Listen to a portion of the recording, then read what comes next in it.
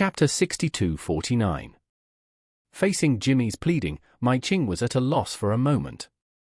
Paul next to her couldn't bear it, so he said to Charlie, "Mr. Wade, although my uncle is a bit mean, he is my father's younger brother after all. Please give him a chance to reform because he sincerely repents." When Paul started to plead with Charlie, Jimmy didn't understand yet.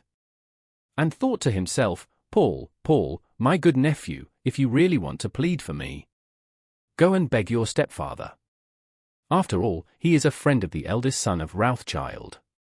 What's the point of asking this young man next to you? Charlie asked Paul curiously at this time. He wants to steal the property left to you by your father and your mother. And you still want to plead for him? Paul smiled awkwardly and said, "I know very well what kind of person my uncle is.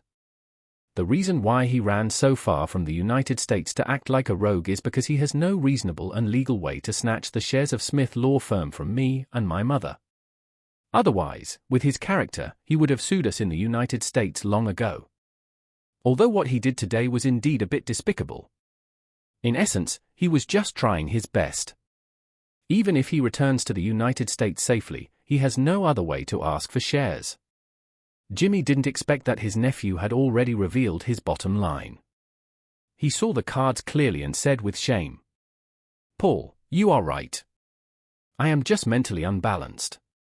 I want to take advantage of this happy day to come and make trouble. As long as you can forgive me this time, I will never harass you again."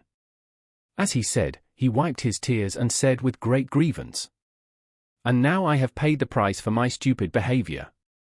I never dreamed that my boss would deliberately set a trap to get hold of my handle. If he bans me, I will be completely unemployed when I go back, and may not be able to work as a lawyer in this life. I hope you will show mercy and don't kill me financially. I still have a wife and children."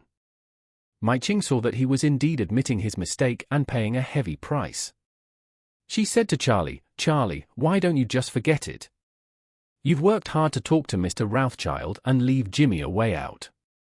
Steve was afraid that Charlie would really save face for Jimmy, so he quickly said, "Mr. Wade, this despicable and shameless villain, we have to kill him quickly. Otherwise he will go back and sleep, forget the pain after the scar healed, and come to cause trouble tomorrow. You don't have to worry about anything. I will arrange it, and I guarantee you will never see him again in this life." Steve had been wronged in Oris Hill for so many days, and he finally found a punching bag. If he only let out half of his anger, he would definitely feel more depressed. Jimmy was so scared that his face turned pale. He didn't dare to plead with Steve, but when he thought about how Paul and Mai Ching had just pleaded with this ordinary-looking young man in front of him, and even Steve Rothschild was respectful to him, he suddenly realized that Charlie was the real key behind this. So he looked at Charlie and cried, "Mr. Wade, you see, my sister-in-law and my nephew don't bother me anymore. Please ask Mr. Rothschild for mercy. I will never cause trouble again. I promise. If I break my promise, it won't be too late for you to send me to jail." Charlie looked at him, smiled slightly, and said, "Look, Mr. Rothschild just said that you don't have to go to jail in the United States. There is no extradition agreement between China and the United States. You can live in China." Jimmy said in a panic, I came here for transit visa exemption. I can only stay in China for 144 hours. If I haven't left China in 144 hours, I will be considered an illegal stay." Charlie smiled and said, "It's okay. I have a good place to settle you. You can stay in China steadily. It doesn't matter how long you stay."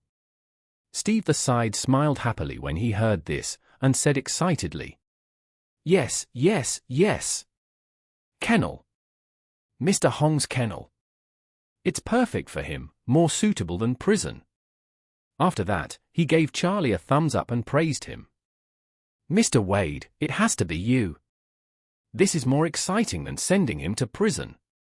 When Jimmy heard that he was going to be sent to a kennel, although he didn't know what it looked like, But considering the name and seeing that Steve Routhchild was so excited about this place, he knew it was definitely not a good place. He looked at Charlie anxiously and asked him while crying, "Mr. Wade. Mr. Wade. May I ask what your dog farm is? What does it do?" Before Charlie could say anything, Steve sneered. "Of course, a dog farm is for raising dogs. But there are real dogs and fake dogs. You are a fake dog, and you are the one who looks like a human butler." Then, Steve said, "Mr. Hong's dog farm has a very good environment. You can get your own cage, and you will be provided with meals. You don't have to work hard when you get there. You can just eat every day and wait to die." Jimmy was so scared that his soul flew away. Locking himself in a dog cage? This is more than 100 times more cruel than prison. Is there still justice? Is there still humanity? Thinking of this, Jimmy cried and said, "Mr. Wade, I beg you, I really beg you, you see I'm old, you put me in the kennel. It's no use except wasting your space and your food. I'll have to waste your energy to deal with the body when I die. Just treat me as an old dog that's about to die, have mercy on me and let me go." Before Charlie could say anything, Steve said, "It's okay, Mr. Wade, I'll be responsible for all his expenses in the kennel. I'll pay double, and if he dies, you don't have to bother dealing with the body. Just chop it up and feed it to the dogs, right? I'll sponsor a batch of the best fighting dog breeds in the world then." At this point, Steve waved his hands. "Forget it. I'll just sponsor Mr. Hong for $10 million and upgrade his kennel." Jimmy had collapsed. He never expected Steve to be so determined that he wouldn't let go. The situation he was facing was getting worse and worse. He could have gone back to the United States to go to jail.